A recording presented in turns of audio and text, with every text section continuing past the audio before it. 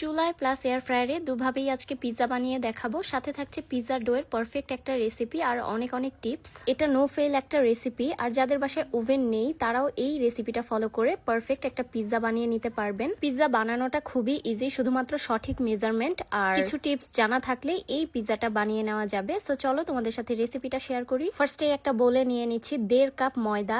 আর perfect একটা pizza বানানোর জন্য বা ডোটা সফট করার জন্য অবশ্যই আপনাদের ময়দা ইউজ করতে হবে। এরপর 1 টিস্পুন দিয়ে দিচ্ছি ইস্ট অবশ্যই ভালো মানের নিতে হবে। 1.5 টেবিল স্পুনের মতো দিয়ে দিচ্ছি এখানে পাউডার মিল্ক। এতে করে ইস্টের কোনো গন্ধ আসবে না, আর ইস্ট খুবই অল্প পরিমাণে দিতে হয়। 1 কাপ ময়দার জন্য 1/2 টিস্পুন ইস্ট দিতে হয়। এরপর 1 টেবিল স্পুন চিনি অ্যাড করে দিচ্ছি, আর স্বাদ মতো দিচ্ছি লবণ। এখন সবগুলো শুকনো উপকরণকে একটা হ্যান্ড হুইস্কের সাহায্যে ভালোভাবে মিশিয়ে নিব। মিশিয়ে নেওয়া হয়ে গেলে এখানে অল্প অল্প করে কুসুম গরম পানি অ্যাড করব।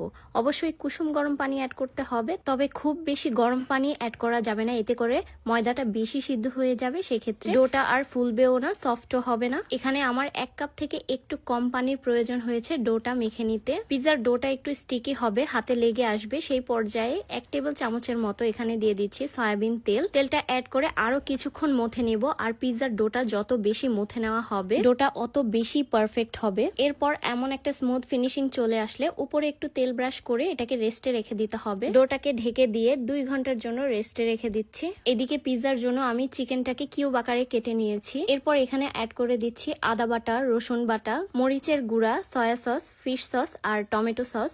এই মশলা আর সসগুলোকে চিকেনের সাথে একটু ভালো করে মিশিয়ে নিচ্ছি। এবার একটা প্যানে পরিমাণ মতো তেল গরম করে এই চিকেনগুলোকে ভেজে নিচ্ছি। চিকেনটা ভেজে নিতে বেশি সময় লাগবে না, 5 থেকে 7 মিনিটের মতো ভেজে নিলেই চিকেনটা ভালোভাবে কুক হয়ে যাবে। বেশি ভেজে ফেললে চিকেনের ভেতরের সফট আর জুসিনেসটা থাকবে না। এই তো চিকেনটা একদম ভাজা হয়ে গেছে। এইদিকে ডোটাও ফুলে গেছে, আর ডোটা একটু গরম জায়গায় রাখলে ভালোভাবে ফুলে ওঠে। এখন যেহেতু শীতের দিন, তাই চেষ্টা করবেন একটু গরম জায়গায় এই ডোটাকে রাখার। ডোয়ের ভিতর থেকে বাতাসটা বের করে আরো কিছুক্ষণ মথে নিয়েছি। 1.5 কাপের এই ডো দিয়ে আমি একটা বড় সাইজের আর একটা ছোট সাইজের পিৎজা বানিয়েছি। তো বড় সাইজের পিৎজার জন্য আমি রুটিটাকে একটু বেলে নিচ্ছি। এরপর যেই পাত্রে পিৎজাটাকে সেট করব সেই পাত্রে একটু তেল ব্রাশ করে নিয়ে এই ডোটাকে একটু সেট করে নিচ্ছি। হাতের সাহায্যে ডোটাকে একটু স্প্রেড করে দিচ্ছি, এতে করে সুন্দর একটা শেপ চলে আসবে। এরপর একটা কাঁটা চামচের সাহায্যে ছোট ছোট ছিদ্র দিয়ে নিচ্ছি, এতে করে রুটিটা বেশি ফুলে যাবে না। এখন এখানে barbecue sauce, sweet chilli sauce আর টমেটো সস দিয়ে একটা সস বানিয়ে নিচ্ছি।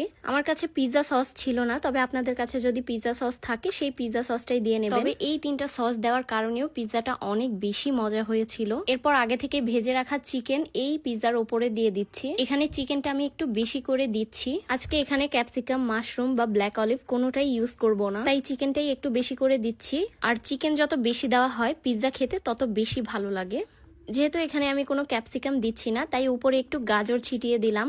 এরপর কুচি করে রাখা কিছু মরিচ অ্যাড করে দিয়েছি, আর তারপর রিং করে রাখা কিছু পেঁয়াজ এখানে অ্যাড করে দিলাম। এরপর উপরে অনেকটা পরিমাণে চিজ দিয়ে দিলাম। চিজ যত বেশি দেওয়া হয় পিৎজা খেতে কিন্তু তত বেশি ভালো লাগে। সাথে উপরে কিছু অরিগ্যানো ছিটিয়ে দিলাম। অরিগ্যানোটা অবশ্যই দিতে হবে, এতে করে সুন্দর একটা ঘ্রাণ চলে আসে। একইভাবে ছোট পিৎজাটাও আমি রেডি করে নিয়েছি। বড় পিৎজাটা চুলায় বেক করছি, আর ছোট পিৎজাটা বেক করছি এয়ার ফ্রায়ারে। চুলায় একটা হাঁড়ি বসিয়ে তার মধ্যে একটা স্ট্যান্ড দিয়ে পিৎজাটাকে দিয়ে দিচ্ছি 25 মিনিটের জন্য। আর এয়ার ফ্রায়ারে 180 ডিগ্রি সেলসিয়াসে 10 মিনিটের জন্য এই ছোট পিৎজাটাকে দিয়ে দিচ্ছি। 10 মিনিট পর এয়ার ফ্রায়ারের পিৎজাটা একদম বেকড হয়ে গিয়েছে। এই পিৎজাটার উপরে একটা ক্রাঞ্চিনেস এসেছে, আর ভেতরটা একদমই সফট আর জুসি ছিল। একদম পারফেক্ট একটা পিৎজা হয়েছিল। আর 25 মিনিট পর চুলার পিৎজাটা বেকড হয়ে গিয়েছিল। চুলার আঁচটা ছিল মিডিয়াম টু লোতে, তবে উপরে একটা এয়ার ফ্রায়ারের মতো ক্রাঞ্চিনেস না আসলেও টেস্ট একদমই সেম ছিল দুইটার। পিৎজাটা খুবই সফট ছিল, একদম পারফেক্ট একটা পিৎজা। এর থেকে পারফেক্ট আর পিৎজা মনে হয় না হয়। এইভাবে একবার পিৎজা বানিয়ে দেখেন, আপনাদের আর অনেক অনেক টাকা খরচ করে রেস্টুরেন্টে পিৎজা খেতে যেতে হবে না। তো যাই হোক, আজকের ভিডিও এই পর্যন্তই থাকছে। দেখা হবে নেক্সট কোনো ভিডিওতে। আর ভিডিওটা ভালো লাগলে অবশ্যই লাইক, কমেন্ট এন্ড শেয়ার করে দিয়ে পাশে থাকবেন। আল্লাহ হাফেজ।